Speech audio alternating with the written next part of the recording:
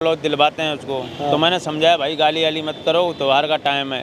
ठीक है, इतनी बात कह के वो लोग बोले मेरी माँ को गाली देने, अपनी माँ को किसी को गाली नहीं दे रहे हैं हम लोग। जो है उनकी बीवी से एक बार झगड़ा हो गया था, वहाँ पे पुलिस मौजूद थी। जब झगड़ा हो रहा था तो मतलब 2 सिपाही मौजूद थे, उन्हीं ने वहाँ से छुड़ाया किया था।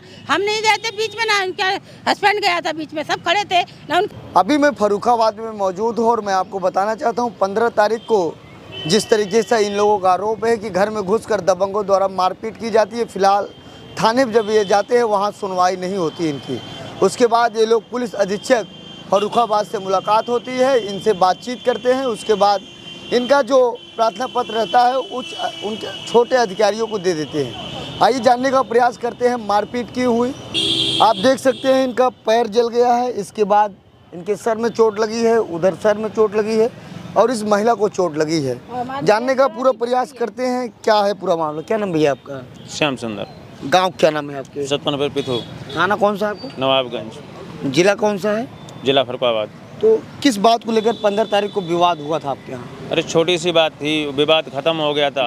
विवाद खत्म होने के बाद में खाना पीना सब क्या छोटी सी बात थी पहले? जैसे एक भाई है, भाई को मान लो उनको गाली गलौज दिलवाते हैं उसको। तो मैंने समझाया भाई गाली वाली मत करो, त्योहार का टाइम है। ठीक है, इतनी बात कह के वो लोग बोले मेरी माँ को गाली देने, अपनी माँ को किसी को गाली नहीं दे रहे हैं हम लोग। हम बस अपना खाना पीना खाओ, अपना घर पे जाओ।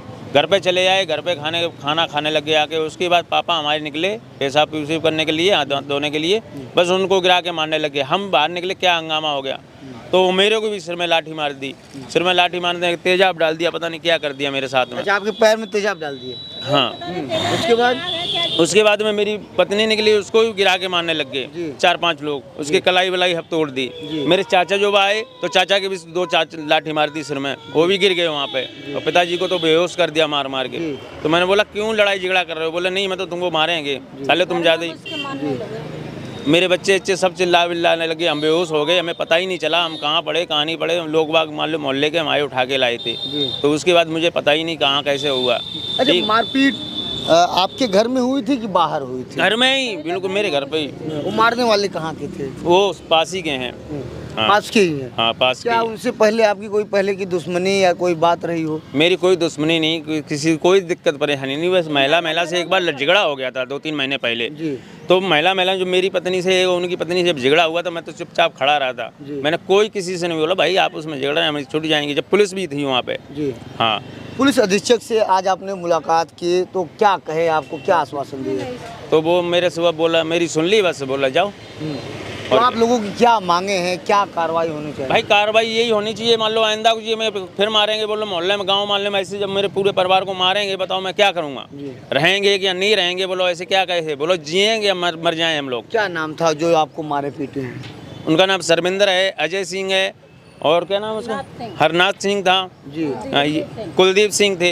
ये 4-5 लोग मान ले हैं तो बहुत ईंट पत्थर दुनियादारी सब लोग चलाने लगे हम लोगों पे। मान लो एकदम उठने ही नहीं दिया हम लोगों को। हाँ। अभी यह नवाबगंज थाना क्षेत्र के रहने वाले हैं। अभी मेरे बीच में यह महिला मौजूद है, इसका भी आरोप है कि घर में घुसकर मारे पीटे। उसके बाद जब हम नवाबगंज थाने पे गए तो वहाँ भी कार्रवाई नहीं हुई। आज पुलिस अधीक्षक से बातचीत हुई है, पूछते हैं क्या किस बात को लेकर घर में मारपीट हुई थी। वो चाचा का लड़का है, उनके घर पे रहता है, उसी के पीछे मात तोड़ी, वो उसे पिलाकर घर में गाड़ी दिब्बाते हैं। लेकिन आरोप जो आप लोग जिनके ऊपर आरोप लगा रहे हैं उनका कहना है कि उनके बच्चों को आप लोग छोड़ते थे। नहीं, हम लोग कुछ नहीं करते। ऐसी कोई बात नहीं? कोई बात नहीं है ऐसी। ऐसा अगर होता। क्या नाम है आपका? हमारा नाम प्रेमलता है जी। विवाद होने के कारण क्या? वो तो बता रहे 3-4 महीने पहले आपका आपस महिला में विवाद था। यही था, विवाद यही था। उसके बाद में हमारा देवर का लड़का है, उनके घर पे रहता है एक। उसके माँ बाप तो मर गए हैं, लेकिन वो उनको रखते हैं उनसे को पिला खिला के बुलाते हैं, तब हमारे घर पे गाड़ी दिलवाते हैं हमारे बच्चों को। हमारे बच्चे छोटे छोटे हैं, 6 बच्चे, हमारे 2 बेटियों की शादी कर दी है और 4 बच्चे हैं छोटे छोटे। लेकिन इनका वो सगे चाचा का लड़का है, मैं परिवारी हूँ।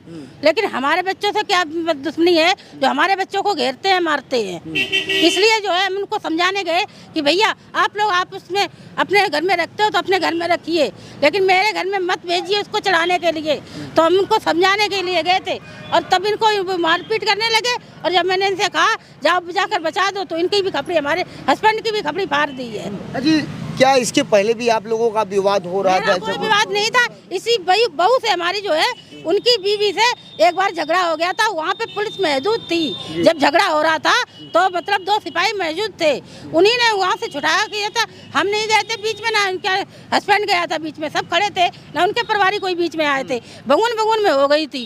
तो इसका मतलब ये तो नहीं है कि उसके बाद में जो 3 रह गए उनको मार के डाल दो। तो अभी आप लोग क्या चाहते हैं? क्योंकि ये मुलाकात आप लोग, वो तो ये कह रहे हैं हम 20 है, हम खा लेंगे तुमको, और हमसे 10 बीघे पड़ती है, तुमसे 200 भर नहीं है, तुम्हें हम निकाल के रहेंगे। तो वह बताओ साहब, आप लोग बताओ कि हम निकल जाएं या घर पे रहें?